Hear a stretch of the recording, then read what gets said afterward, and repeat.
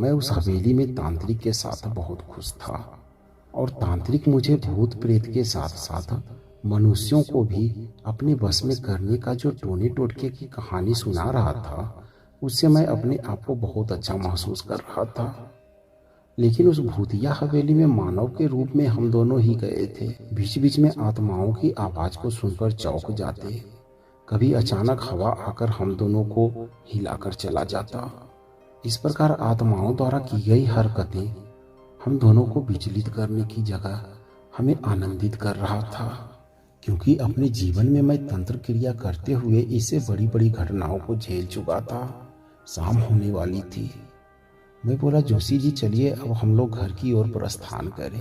तांत्रिक बोला, ठीक है चलो। हम दोनों वहां से उठकर सीधा रास्ते चलते हुए अपना नानी के घर पहुंच गए।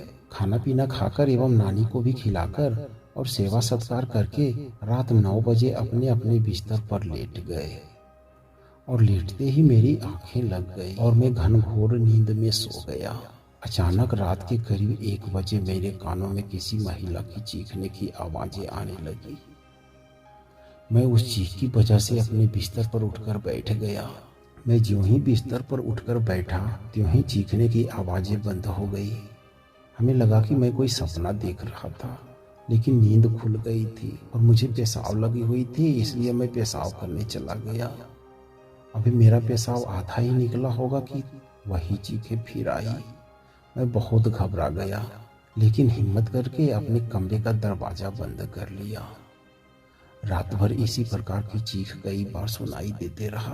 तांत्रिक उसी कमरे में बगल वाला बिस्तर पर सोया हुआ था, लेकिन हमें नींद नहीं आई। सुबह 5 बजे उस घर का आदमी आया जिस घर से चीखने की आवाजें आ रही थी। वो व्यक्ति नानी से आकर बोला कि दादी, सुना है आपके घर में राघव के साथ कोई तांत्रिक बाबा आए हुए हैं। दादी, आपको तो पता ही है कि मैं अपनी बहन को कल ही उसके ससुराल से लेकर आया हूँ। इसे पता नहीं कौन सी बीमारी है जो रात रात भर अजीब तरह की हरकतें करती रहती है। इसकी इसी हरकत के वजह से इसके ससुराल वाले इसे वहां रहने नहीं देने को तैयार है।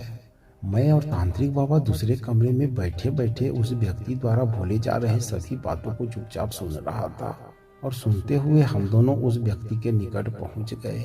मैं बोला, और इसका पति क्या बोलता है? वो आदमी बोला, इसका पति 2 साल से परदेश में काम कर रहा है, कभी चिट्ठी पत्री भी नहीं भेजता। उस व्यक्ति की बातों को सुनकर तांत्रिक बोला, जब उसकी तबीयत बिगड़ेगी उसी समय मुझे वहां ले जाना। तांत्रिक की बातों को सुनकर वो आदमी वहां से वापस चला गया। रात के 1 बजे फिर से वही चीखे। मैं समझ गया कि अब वो आदमी इस तांत्रिक को बुलाने आएगा। मैं भी तैयार होकर बाहर निकला। उतने में वो आदमी आया। मैं और तांत्रिक दोनों उसके साथ उसके घर में प्रवेश कर गए। जिस कमरे में वो औरत थी वहां हम तीनों पहुंच गए। वहां पहुंचकर मैंने देखा कि वो औरत शांतचित्त होकर अपने बिस्तर पर बैठी है और उसकी आंखों से निकला आंसुओं की धार ये बता रहा था कि ये औरत किसी बहुत बड़ी पीड़ा से ग्रसित है। तांत्रिक उस औरत के पास जाकर बैठ गया और बोला, क्या हुआ तुमको? घर के सभी लोगों को क्यों परेशान करती रहती हो? तांत्रिक के मुंह से इस बात को सुनते ही उस औरत की आंखों से आंसू निकलने लगे। मैं बोला, रो मत, बताओ क्या हुआ। मुझे इतना बोलते ही वो महिला चीखने लगी। तभी तांत्रिक उसके भाई से एक खड़ा हल्दी मांगकर उस महिला के दोनों कानों में सटाया। तांत्रिक द्वारा ऐसा करने से उस औरत के ऊपर कोई प्रभाव नहीं पड़ा। फिर तांत्रिक ने भूत भगाने वाला कुछ मंत्रों का उच्चारण करने लगा। उससे भी कोई सुनवाई नहीं हुई। जब तांत्रिक ने उसके भाई को बोला कि बाबू एक पीतल के लोटा में जल लेकर आओ, और जैसे ही वो आदमी जल लेने कमरे से बाहर निकला वैसे ही वो औरत तांत्रिक के ऊपर झपट मारकर तांत्रिक को गिरा दिया और तांत्रिक को जोर जोर से चूमना शुरू कर दिया। मैं तो सोचा भी नहीं था कि कभी ऐसा भी दिन देखने को मिलेगा। उस औरत की इस हरकत से मुझे बहुत गुस्सा आया और मैं उसको ठेल ढकेल के किसी तरह उसके चंगुल से तांत्रिक को छुड़ाया और उस औरत को बहुत ही बुरा भला मैंने सुनाया। फिर उसके भाई को बुलाकर हम दोनों समझाने लगे कि इसको इसके पति से मिला दो या फिर इसकी दूसरी शादी कर दो। ये ठीक हो जाएगी। इसको कोई भूत भूत नहीं पकड़ा है। ये तांत्रिक के तंत्र विद्या के साथ गंदी हरकत करके खिलवाड़ कर रही है और जल्दी से इसको पति से मिलाना, नहीं तो इसका बचना मुश्किल भी हो सकता है। मैं अपने जीवन काल में इस प्रकार के अनेकों घटनाओं से सामना किया हूँ। लोग अनजाने में कभी कभी कुछ पारिवारिक उलझनों को भूत प्रेत का नाम दे देते हैं।